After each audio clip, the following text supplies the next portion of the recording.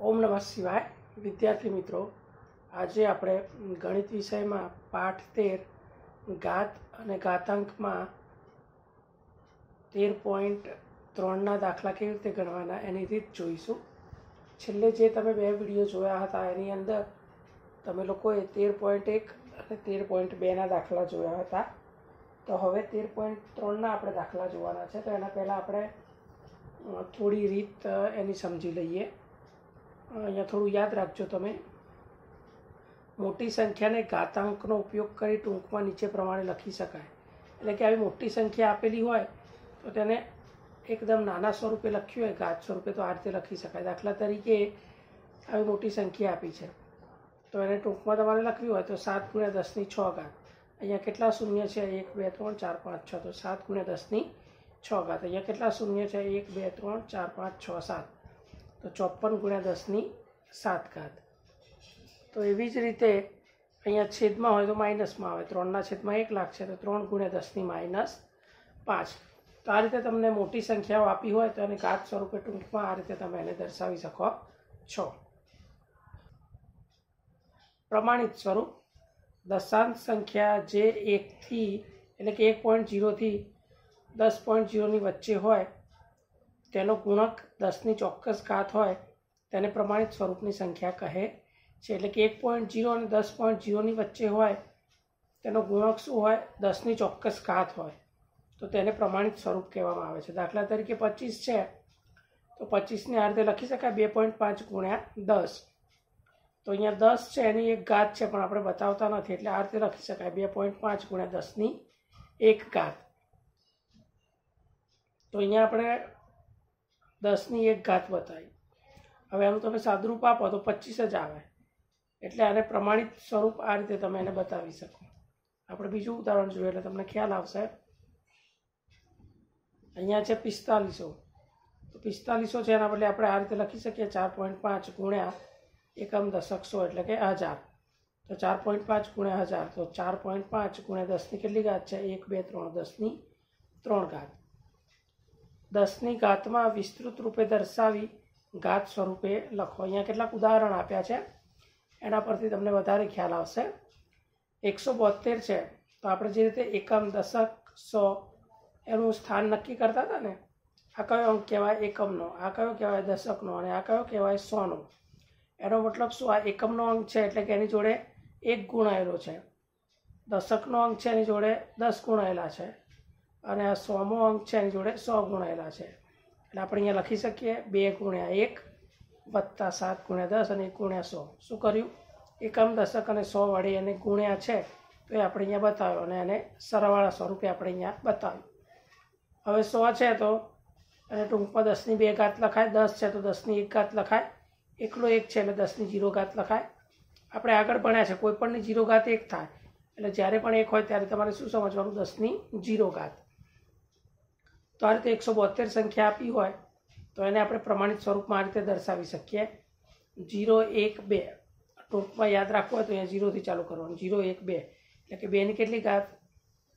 0 એટલે કે 2 × 10ની 0। 7ની કેટલી ઘાત? 1 તો 7 × 10ની 1। 1ની કેટલી ઘાત? 2 તો 1 × 10ની 2। તો આ રીતે ટૂંકમાં પણ તમે લખી શકો અને આ રીતે એકમ દશક 100 એના સ્થાન કિંમત સાથેનો ગુણાકાર બતાવી અને તમે એ રીતે પણ લખી શકો। હજી એક ઉદાહરણ જોઈએ એટલે આપણને ખ્યાલ આવે। 1,76,428 તો અહીંયા આ એકમ દશક 100 1000 10,000 લાખ તો એ રીતે બધાની સ્થાન કિંમત આપી દીધી। 8ને 1 વડે ગુણ્યા, 2ને 10 વડે, 4ને 100 વડે, 6ને 1000 વડે, 7ને 10,000 વડે અને 1ને લાખ વડે અહીંયા ગુણાકાર કર્યો। હવે એને ટૂંકમાં ઘાત સ્વરૂપે દર્શાવીએ। મેં હમણાં શીખવાડ્યું એમાં 0 1 2 3 4 5 એટલે અહીંયા 10ની 5 આવશે, અહીંયા 10ની 4, પછી 10ની 3, 10ની 2, 10ની 1 અને 10ની 0। તો આ રીતે સંખ્યા હોય એને આપણે પ્રમાણિત સ્વરૂપે દર્શાવી શકીએ છીએ। 13.3ના દાખલા જોઈએ એટલે આપણને વધારે ખ્યાલ આવશે। નીચેની સંખ્યાને વિસ્તૃત સ્વરૂપે લખો એટલે કે પ્રમાણિત સ્વરૂપે 2,79,404। તો આ રીતે ટૂંકમાં યાદ રાખવાનું આની 0 ઘાત, આની 1 ઘાત અને 2 3 4 અને 5। તો આ રીતે ઉપર ઘાત આવે તો 10ના સ્વરૂપમાં એની ઘાત આપણે બતાવી દઈએ. 2 ગુણ્યા 10ની 5, 7 ગુણ્યા 10ની 4, વત્તા 9 ગુણ્યા 10ની 3, વત્તા 4 ગુણ્યા 10ની 2, વત્તા 0 ગુણ્યા 10ની 1, વત્તા 4 ગુણ્યા 10ની 0. ટૂંકમાં આ જે સંખ્યા છે એને આ રીતે અહીંયા તમારે લખી દેવાની. 2 વત્તા 7 વત્તા 9 વત્તા 4 વત્તા 0 વત્તા 4, અને એને 10 વડે ગુણી નાખવાના અને ઘાત ક્રમમાં અહીંથી વધારતા જવાનું.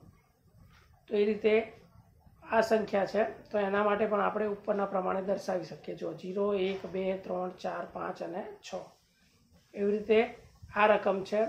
તો એની અંદર પણ આપણે દર્શાવી શકીશું 0, 1, 2, 3, 4, 5 અને 6. તો એ રીતે ઘાત 10ના સ્વરૂપમાં દર્શાવી શકીએ. તો આ રીતે બાકીના જે દાખલા છે એ તમે ગણી શકો છો. ના આવડે તો પછી તમે આ PDF ફાઇલમાં જોઈ શકો છો. એ રીતે 0થી સ્ટાર્ટ કરવાની ઘાત આપવાની. તો જ્યાં સુધી અહીંયા સંખ્યા હોય ત્યાં સુધી ઘાત ગણી અને પછી આપી દેવાની. હવે પ્રશ્ન 2, આપેલ દરેક વિસ્તૃત સ્વરૂપને સંખ્યામાં દર્શાવો. પ્રશ્ન 1 હતો એનું ઉલટું કરી નાખ્યું. અહીંયા તમને પ્રમાણિત સ્વરૂપ આપ્યું છે, તમારે એનું વિસ્તૃત સ્વરૂપ લખવાનું છે. તો એકદમ સહેલું પડી જાય. અહીંયા તમારે જોવાનું, જુઓ 0, 1, 2, 3, 4 પ્રમાણિત સ્વરૂપ છે, ક્રમમાં જ છે.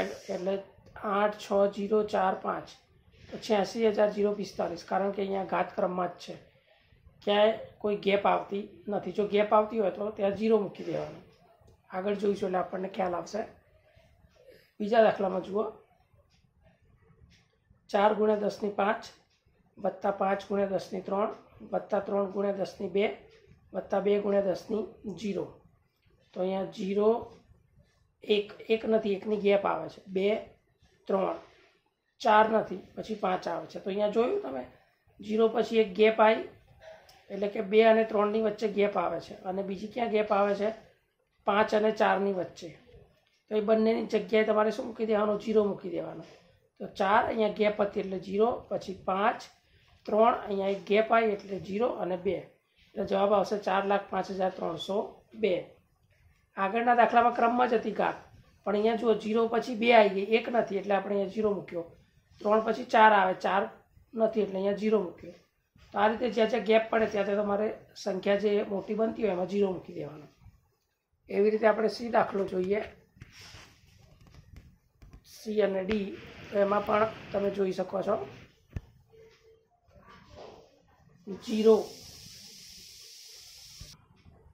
એવી રીતે C અને Dમાં તમે જુઓ તો 3 ગુણ્યા 10ની 4, વત્તા 7 ગુણ્યા 10ની 2, વત્તા 5 ગુણ્યા 10ની 0. તો 0, 1ની ગેપ આવે છે, 1 નથી, 1, 2, પછી 3 નથી, 4.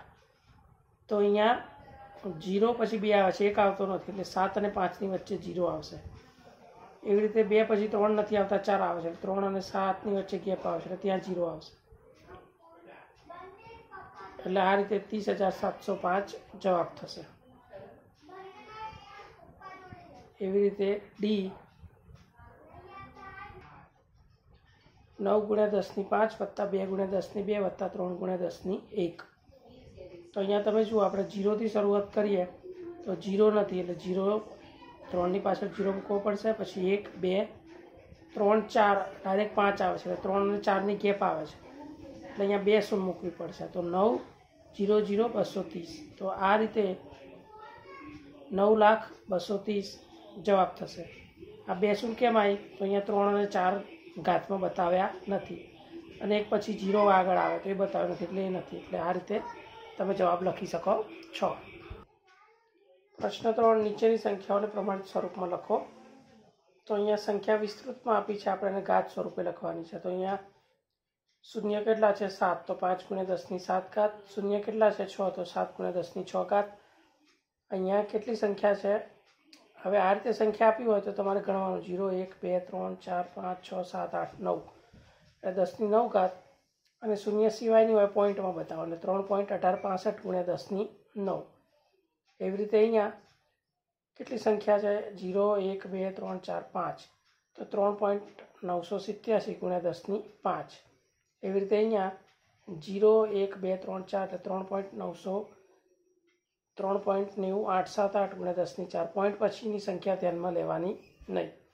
એવી રીતે અહીંયા પોઈન્ટ પછી કેટલી સંખ્યા છે 1 2 3 4 એટલે 0 1 2 3 3.90 878 ગુણ્યા 10⁻3 અહીંયા જુઓ ટોટલ કેટલી સંખ્યા હતી 0 1 2 3 4 અને 5 એટલે 5 આવી અને આ પોઈન્ટ પછી છે એટલે આપણે પોઈન્ટ પછી બતાવીશું 0 સિવાયની સંખ્યા છે તો આપણે પોઈન્ટ સ્વરૂપે આ રીતે બતાવીએ પછી અહીંયા પોઈન્ટ પછી જોવાનું આ પોઈન્ટ પછીની સંખ્યા આપણે જોવાની જરૂર છે નહીં એટલે 0 1 2 3 4 એટલે 4 એવી રીતે અહીંયા 0 1 2 3 3 હવે પ્રશ્ન 4 નીચેના વિધાનોમાં દેખાતી સંખ્યાને પ્રમાણિત સ્વરૂપમાં ફેરવું તો પહેલી સંખ્યા છે અહીંયા આપેલી છે જુઓ તમે